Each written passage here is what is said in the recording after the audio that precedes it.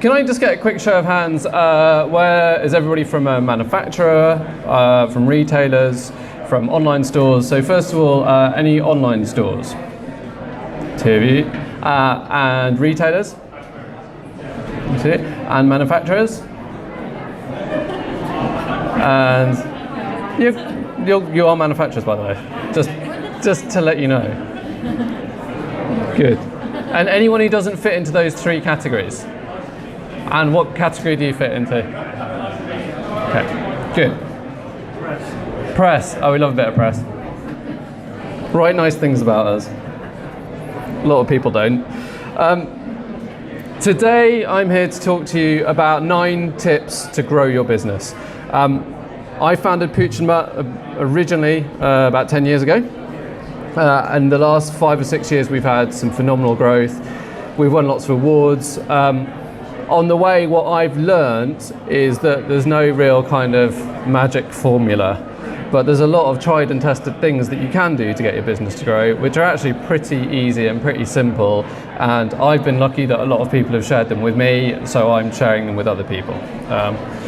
A lot of the time, the tips or the trick is not necessarily to know it, but to do it. And the reason that people don't necessarily grow their business is firstly they don't know it, but secondly they know it and they don't do it. So hopefully you guys will do both of those things. The first tip is to know what success looks like.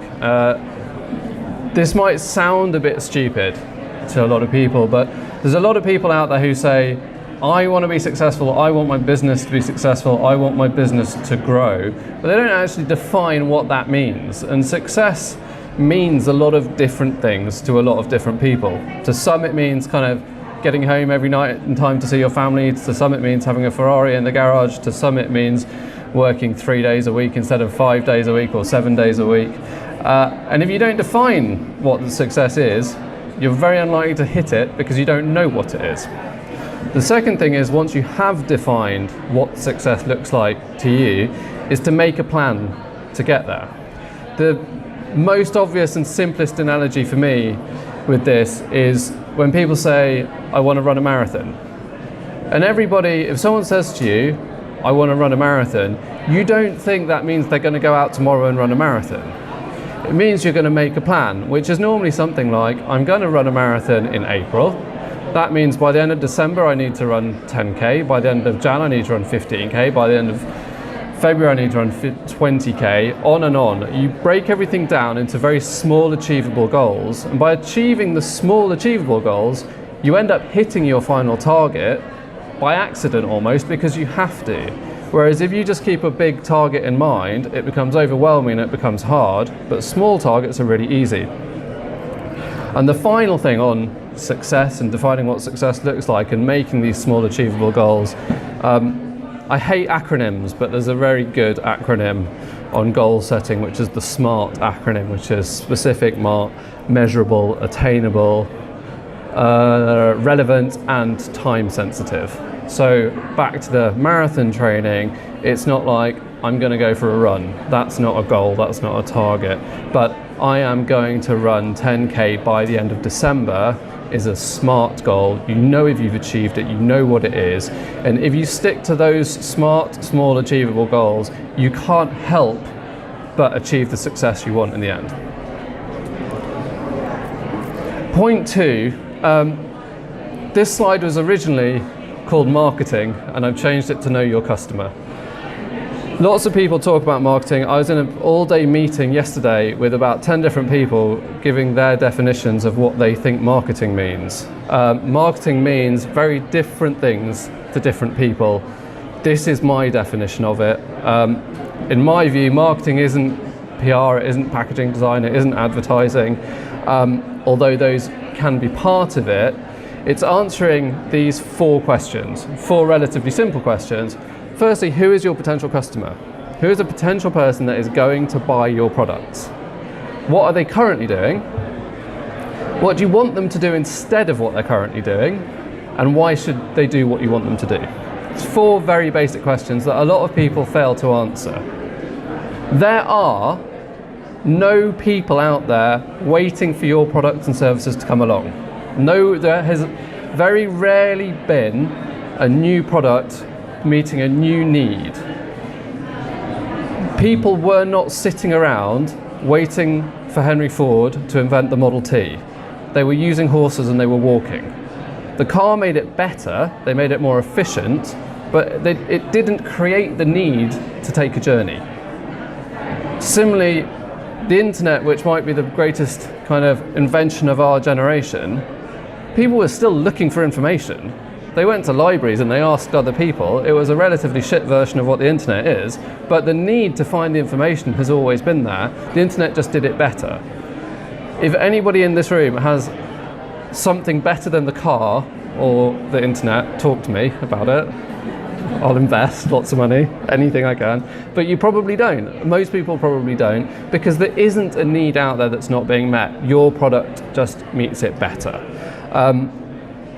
We have got in a bit of trouble recently at Pooch Mutt for running some quite controversial campaigns. One of them I'm not going to show you, but one I am, because I don't think I'm going to be sued at the moment. This is a campaign that we ran for our new shoes.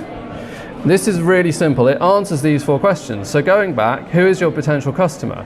Well, our potential customer is, we found out loads of people fed healthy dog treats, healthy dog food, and fed Dentastix because they wanted to feed their dog a chew. What they're currently doing, they're feeding Dentastix. What do you want them to do? Well, we want them to buy ours instead. And why should they do it? Because ours are all natural and theirs are full of junk. We answered those 4 questions, and that led to a very successful marketing campaign and very good sales and very good listings. But it all came from answering those 4 questions as the starting point. And I fail to see any product or any service where those 4 questions aren't relevant and don't need to be answered to have some kind of success. Third point, which is again another marketing point, is understanding your customer's journey. And this journey is relevant again in pretty much every single environment. So firstly, you have to make your customer or potential customer aware of your product and service. They then have to consider buying or using your product or service. They then have to purchase it. And to be honest, that's where old-fashioned marketing kind of tends to stop, and where big budget marketing tends to stop, for a reason I'll get onto. The next point is getting somebody to buy again. So you need your product to be service to be good so that someone will buy it again. And then the final point is advocacy. And advocacy, especially in the internet age and the connected age, is one of the most important things, because that drives people back to the top, makes them aware of the product, but also somebody who has been made aware of your product via a friend advocating how good it is far more likely to go through the consideration and purchase process than someone who sees a TV ad. So big brands have a lot of money. Small brands like us don't. If you have a lot of money, you can go out there and make everybody aware about your product and hope people will go through the process, and that's traditionally what has happened. But with the smaller brands, you have to concentrate on getting people to get through the process and buy, and give them the facility to advocate your products. As examples, we are all aware of brands like Coke, McDonald's and Baker's. Everybody is aware of them. They've got huge budgets to make you aware, but are you going to consider purchasing them? Probably not. Most people don't. And it's huge problems for brands like those. So if you look at McDonald's advertising at the moment, they're not out there making you aware of McDonald's. They're trying to convince you that their beef's really good quality and that you should eat it. If you look at Coke, they've actually taken a slightly different approach, which is they know no one's considering buying Coke anymore, so they're buying companies like Innocent that people are considering purchasing. Similarly, Baker's campaign that I can't say too much about is pretending to have no artificial ingredients in it to make you get through the consideration barrier to purchase. For us as small companies, we don't have the facilities to make people so aware at such a high level. So we have to concentrate marketing on the people that are aware, making sure they're the right people, and making sure that we give them a good reason to consider purchasing our products or services. The next step is we have to make them so good that once they do try them, they come back again and again and again, and they tell other people about them again, again and again. And again, that's something that smaller brands have to do, because we don't want to lose customers when we've got them. If you're a big brand, you can lose them because you've got the money to get more back in the top of the funnel. But for smaller brands, you have to make your products or services as good as they can be so that people will keep using them and tell others about them. And you also have to facilitate them telling other people. Next is to be scientific. In the tech world, this is known as growth hacking. There's a very good book on growth hacking by a guy called Ryan Holiday, which I would recommend. But the idea is, in a modern digital world, we can test everything. You can get data and you can test it. There's no point in just having an idea and thinking it might work. Have an idea and test it against something else. A really simple thing is, we're at a pet trade show. You might walk around, you might have a pet shop, and you might walk around and go, I've seen two brands of pet treats that I really like, and I want to buy both of them, and I don't know which one to buy, but I've only got one shelf that I could put them on.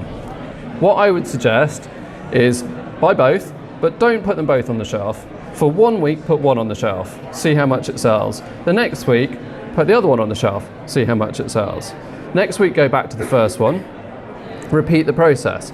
How many customers asked for the one that was missing when it was missing? What were the sales like between the two of them while you were running a fair test against each other? And then you go through it. So that's your idea, you test it. If they don't work, you delete them, just get rid of them. Keep the ones that sell.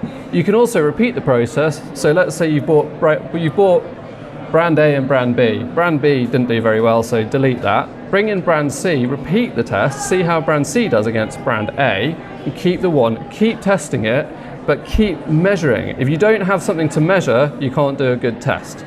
So measure it, repeat it, go back to the beginning. Once you've tried it with treats, tried it with food, try it with anything, but keep the process going, and you can't help but grow your business because you're measuring everything objectively and you're taking your personal views out of the equation. Within that is point 5. This is a point I got from a book about Elon Musk, who is apparently obsessed with friction. But as we talked about at the beginning, I think in point 2, you have potential customers and you want them to do something.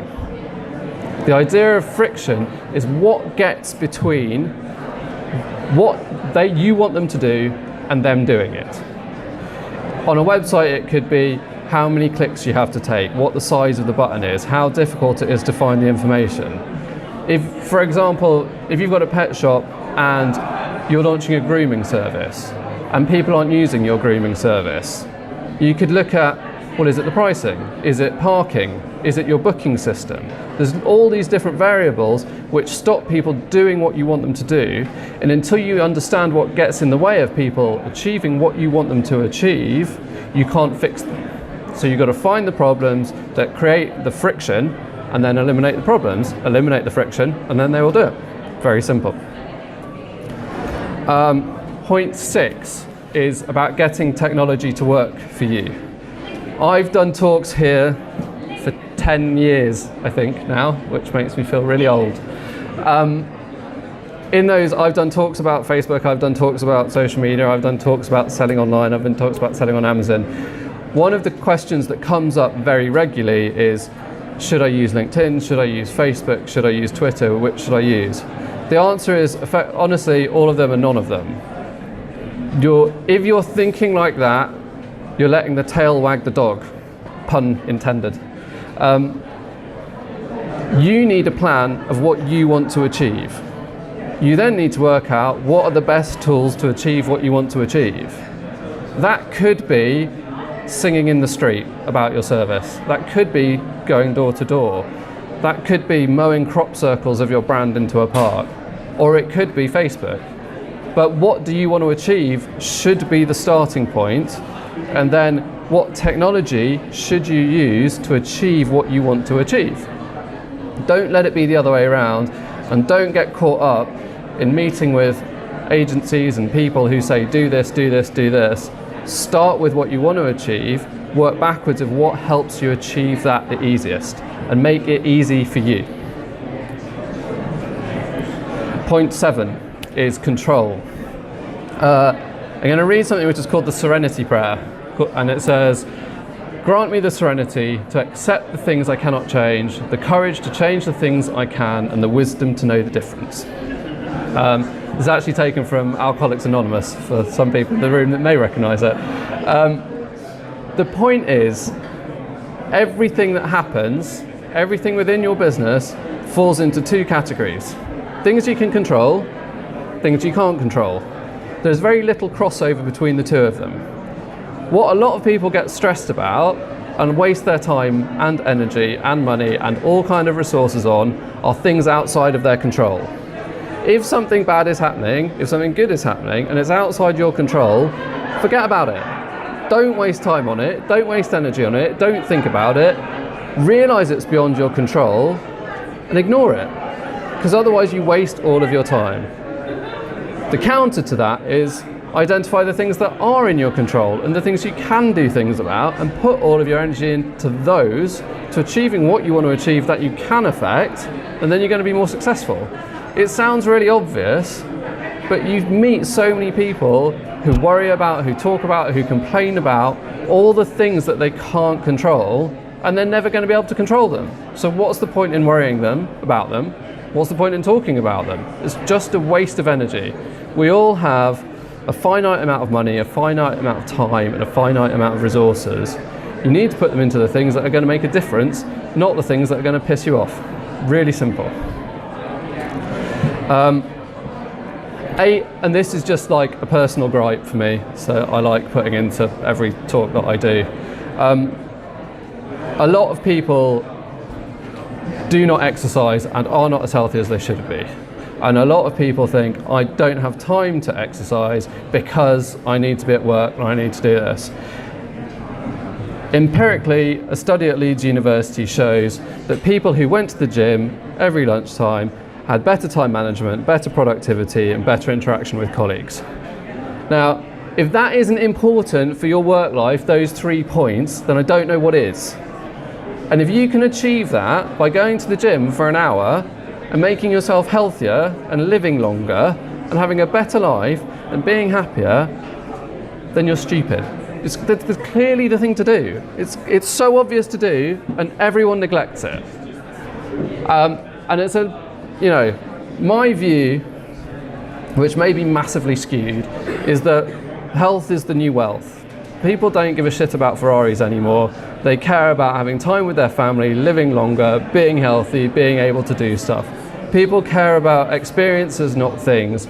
And the simplest way to do things, the simplest way to improve your business, simplest way to improve your life is to get healthy. And everyone's in here, again, personal little gripe, talking about what's health and what's healthy dog food. Well, live it. Show you live it. Prove the point. And it's more important. No one wants to be the richest person in the graveyard, or the playground, but mainly the graveyard. So that's my little gripe. The other thing is, if you make working out hard, I've done talks where I've said, if you're going to work out, run outside, run in the rain, and run on hills. And that's hard. And then when you get to work and someone pisses you off, well, you just fucking run uphill through a rain. So it's not that bad in comparison. Make it hard, and then everything else seems easier. Final point to kind of carry on from my last little rant is my further rant, which is work smart, not hard. I used to work in ad agencies, and everyone was very proud that they worked till midnight or worked till 10 o'clock, and everyone would come in and say how hard they worked because they were there for such a long time. Well, again, you're idiots. What are you doing that for? What's the point of measuring input? You want to measure output. If you can get everything done, and if you can do a 3 hours work day, or a full work day in 3 hours, do a full work day in 3 hours. That's what's important. Time, effort isn't important. Output is important. What you achieve is important. Having your goal that we talked about at the beginning and working towards that goal is important, not what effort you put into it. There's no point in kind of driving yourself into stress, driving yourself to an early grave for the sake of your work. Get what you need to get done, enjoy your life, make things easy, work smart, don't get overwhelmed, life becomes better, life becomes easier. So that was my little talk stroke rant, but I hope it's been quite useful. And I hope it's explained a bit about what's worked for us. And it does, and it has genuinely. All of these 9 points that I put in here are things that I have been told by other people that have genuinely helped me a lot over the last few years. And I'm kind of happy to share them with other people, and I just hope they help other people as much as they've helped me.